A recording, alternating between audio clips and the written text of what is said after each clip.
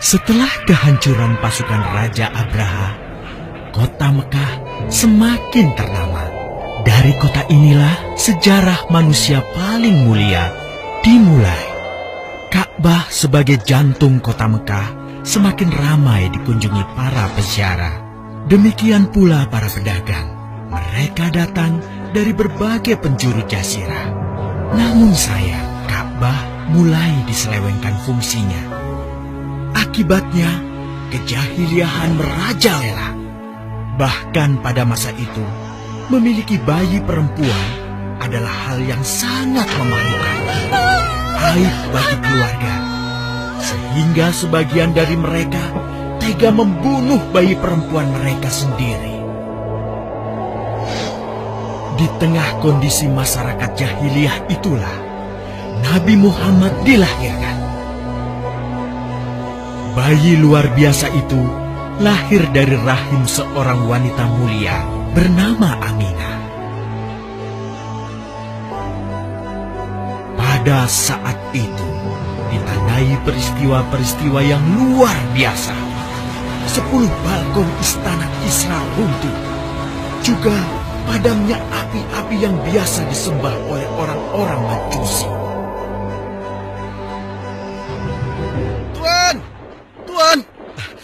Tuan Abdul Muthalib, ada kabar gembira. Kabar gembira? Kabar gembira? Kabar gembira apa? Tuan, cucu Anda telah lahir. Benarkah? Laki-laki atau perempuan? Laki-laki, Tuan. Subhanallah, Alhamdulillah, Allahu Akbar. Kalau begitu aku ingin segera melihatnya. Mari, Tuan. Setelah mendengar itu, Abdul Muthalib bergegas menuju ke rumah Aminah.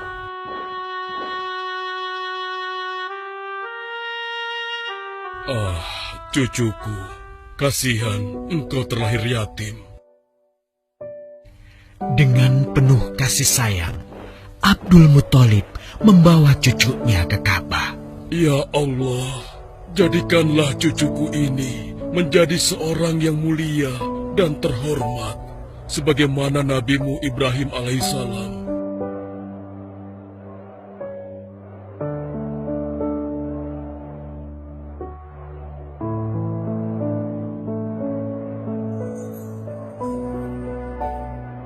Siapa namanya, Ayah? Muhammad. Muhammad? Iya, aku akan menamainya Muhammad. Artinya yang terpuji. Kehadiran Muhammad kecil sungguh memberi kebahagiaan. Tidak hanya bagi keluarga Bani Hashim, bahkan seluruh kabilah suku Quraisy menyambutnya dengan sukacita.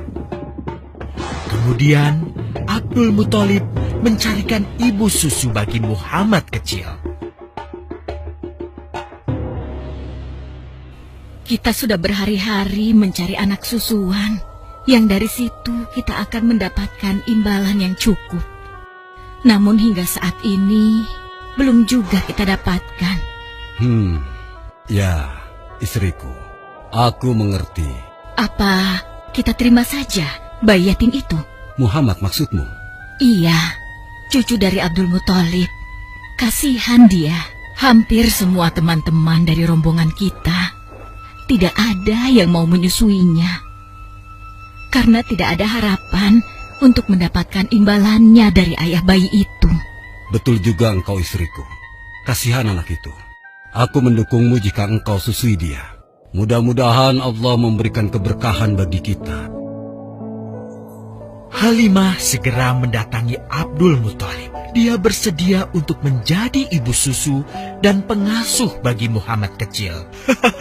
Betapa gembira Abdul Muthalib mendengarnya. Halimah dari Bani Sa'ad itu akhirnya dipercaya Abdul Muthalib untuk mengasuh cucunya 2 tahun lamanya. Ayo istriku, kita berangkat sekarang. Sebentar lagi suamiku. Insya Allah kita berangkat sampai anak ini kenyang. Kalau begitu, aku lanjutkan berkemas-kemas dahulu. Hah? Ada apa suamiku? Lihat, unta dan keledai kita. Mereka demikian sehat, tidak seperti sebelumnya. Subhanallah. Betul suamiku, tidak seperti kemarin. Demi Allah, kau tidak salah memilih istriku. Kau telah mengambil anak yang dipenuhi dengan barokah. Allah melimpahkan keberkahan atas Halimah dan suaminya. Mereka pulang ke kampung Bani Sa'ad dengan penuh rasa syukur. 2 tahun berlalu sudah. Tugas Halimatus Sa'diyah sesungguhnya telah usai. Saatnya Muhammad kecil harus dikembalikan kepada ibunya. Terima kasih Halimah. Engkau telah merawat anakku dengan baik selama 2 tahun. Tidak ada yang bisa kuberikan, kecuali aku berdoa. Semoga Allah memberkahi engkau dan keluargamu. Amin. Saya juga bersyukur diberikan kepercayaan dan kesempatan merawat anakmu, wahai Ibu Aminah. Namun, begini Bu, mohon maaf. Kalau boleh, izinkan aku merawat Muhammad lebih lama lagi. Aku masih sangat sayang padanya. Baiklah, kalau begitu aku setuju dengan usulmu. Bawa dan rawatlah Muhammad sebagaimana dia anakmu sendiri. Terima kasih, Ibu. Terima kasih. Begitulah, Muhammad kecil kembali ke tengah-tengah Bani Sa'ad. Ia tumbuh menjadi anak yang memiliki banyak teman. Karena kemuliaan akhlaknya. Tatkala berusia sekitar 4 tahun, terjadilah suatu peristiwa. Muhammad, Bu! Muhammad! Muhammad? Kenapa Muhammad? Muhammad dibawa orang. Hah? Dibawa orang? Diculik? Coba ceritakan. Ketika kami tengah bermain, tiba-tiba ada orang dewasa datang. Dia langsung membawa pergi Muhammad dan membunuhnya. Hah? Membunuhnya? Ya Allah, di mana? Di mana? Antarkan ibu ke sana. Dengan perasaan cemas, Halimah bergegas menuju tempat itu. Dan dilihatnya, Muhammad kecil tengah terduduk. Muhammad, apa yang terjadi denganmu? Dengan sangat tenang dan jelas, Muhammad kecil menceritakan apa yang telah terjadi. Bahwa seseorang telah membelah dadanya, mengambil hatinya, kemudian mencucinya dan mengembalikannya lagi ke tempatnya semula. Maka sesungguhnya yang datang itu adalah malaikat Jibril. Dia ditugaskan Allah untuk mencuci hati Rasulullah sehingga bersih dari segala kecenderungan setan. Subhanallah, sungguh anak ini bukanlah anak sembarangan. Sebaiknya aku kembalikan saja kepada ibunya. Peristiwa itu membuat Halimah sangat khawatir. Maka bergegaslah Halimah mengembalikan Muhammad kecil kepada ibunya. Menginjak usia yang ke-6 tahun, Muhammad kecil diajak ibunya untuk berziarah ke makam ayahnya, Abdullah di Yastrib. Dalam perjalanan pulang kembali ke kota Mekah, Aminah pun jatuh sakit. Dari hari ke hari, tubuhnya semakin melemah. Hingga di sebuah kota bernama Abwa, letaknya antara Mekah dan Yastrib, Aminah meninggal di sana. Dan Muhammad kecil pun menjadi seorang anak yatim piatu. Sejak itulah, Muhammad kecil dirawat dengan penuh cinta dan kasih sayang oleh kakeknya, Abdul Muthalib. Muhammad, sudah berhentilah memerah susunya. Insya Allah, sudah cukup untuk persediaan kita hari ini. Beristirahatlah sejenak. Makanlah agar kau tetap sehat.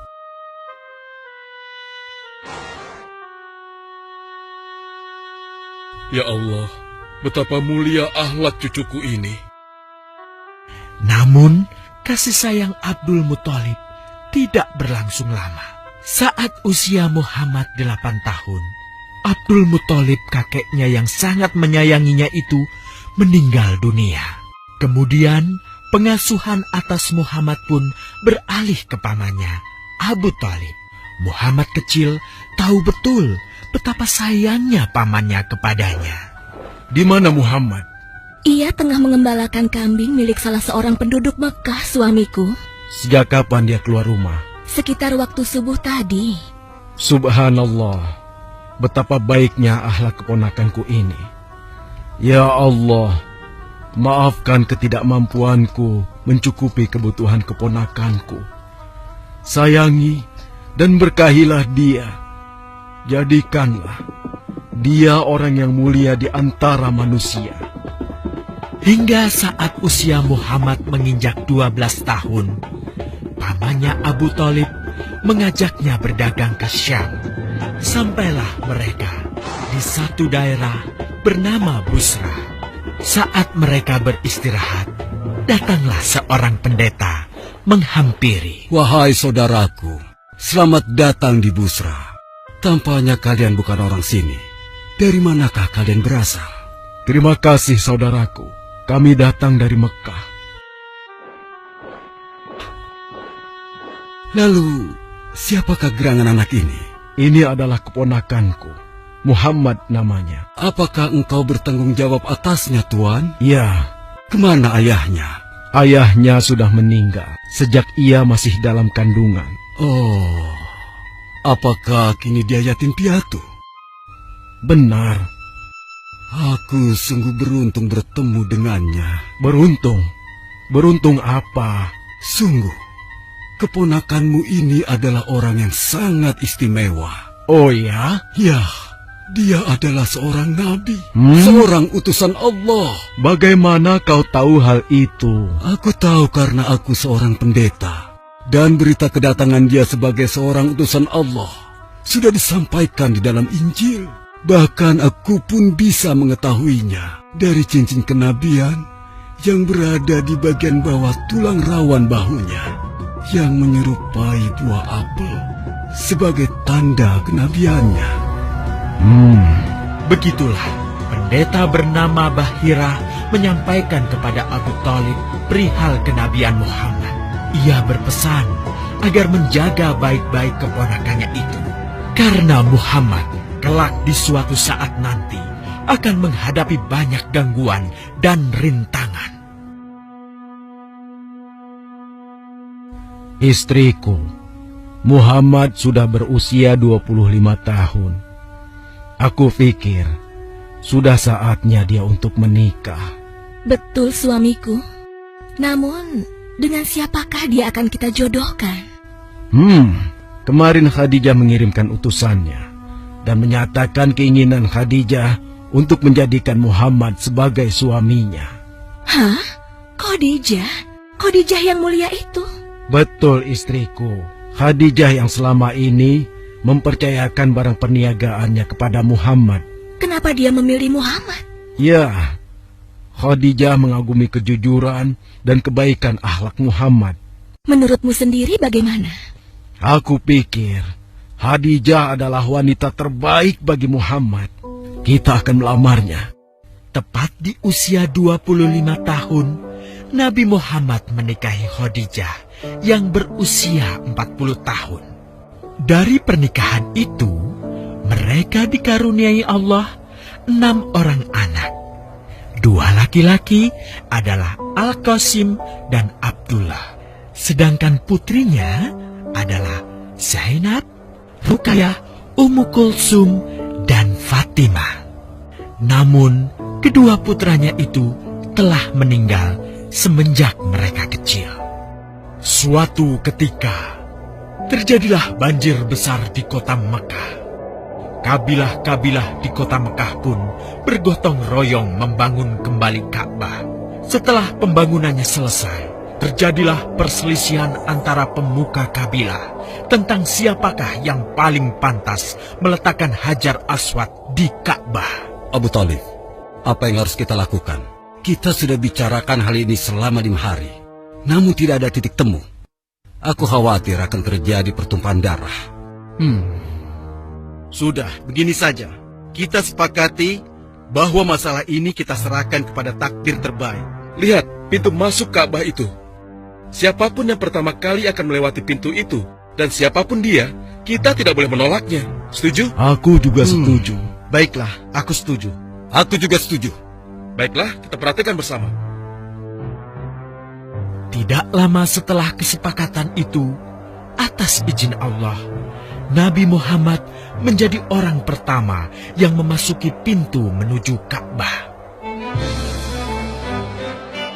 Alhamdulillah, segala puji bagi Allah. Ternyata Muhammad, dan memang dia adalah orang yang tidak pernah kita temui ada celah. Betul? Betul. Betul. Betul. Nabi Muhammad pun menerima kepercayaan itu. Dengan kebijaksanaannya, Nabi Muhammad meminta sehelai kain, lalu meletakkan Hajar Aswad di atasnya. Nabi Muhammad mempersilahkan seluruh pemuka kabilah untuk memegang ujung-ujungnya dan mengangkatnya secara bersama-sama. Setelah sampai pada sudut Ka'bah, giliran Nabi Muhammad meletakkan Hajar Aswad di tempatnya semula. Terhindarlah perpecahan di kota Mekah. Meskipun demikian, kegelisahan masih terus menggelayuti hati Nabi Muhammad. Kejahiliahan ada di mana-mana. Kezaliman dan kemaksiatan terus berlangsung. Ia tak habis pikir. Nabi Muhammad mulai merenung dan menyendiri untuk menghindar dari perilaku jahiliyah. Nabi Muhammad memilih tempat di sebuah goa di atas bukit sekitar Mekah. Goa Hiro. Dari mulut goa itulah Nabi Muhammad bisa memandangi kota Mekah yang dicintainya dengan pandangan yang lebih luas. Hingga suatu ketika, sesuatu yang tidak pernah terbayangkan sebelumnya terjadi. Tiba-tiba, goa itu menjadi terang benderang. Kemanapun arah mata melihat, di sanalah cahaya itu ada. Itulah malaikat Jibril. Jibril berkata, "Bacalah." Dengan gemetar, Nabi Muhammad berkata, "Aku tidak bisa membaca." Malaikat Jibril lantas merangkul Nabi Muhammad SAW dengan kuat hingga nafas beliau sesak. Seraya berkata lagi, "Bacalah." Sampai akhirnya malaikat Jibril membantunya setelah merangkulnya dan menyuruhnya membaca hingga 3 kali. Kemudian malaikat Jibril membantunya membaca. "Bacalah dengan menyebut nama Tuhanmu yang menciptakan. Dia telah menciptakan manusia dari segumpal darah. Bacalah, dan Tuhanmulah yang paling pemurah, yang mengajarkan manusia dengan perantaraan Al-Qalam. Dia mengajarkan kepada manusia apa yang tidak diketahuinya." Kalimat suci telah terucap. Resmilah sudah.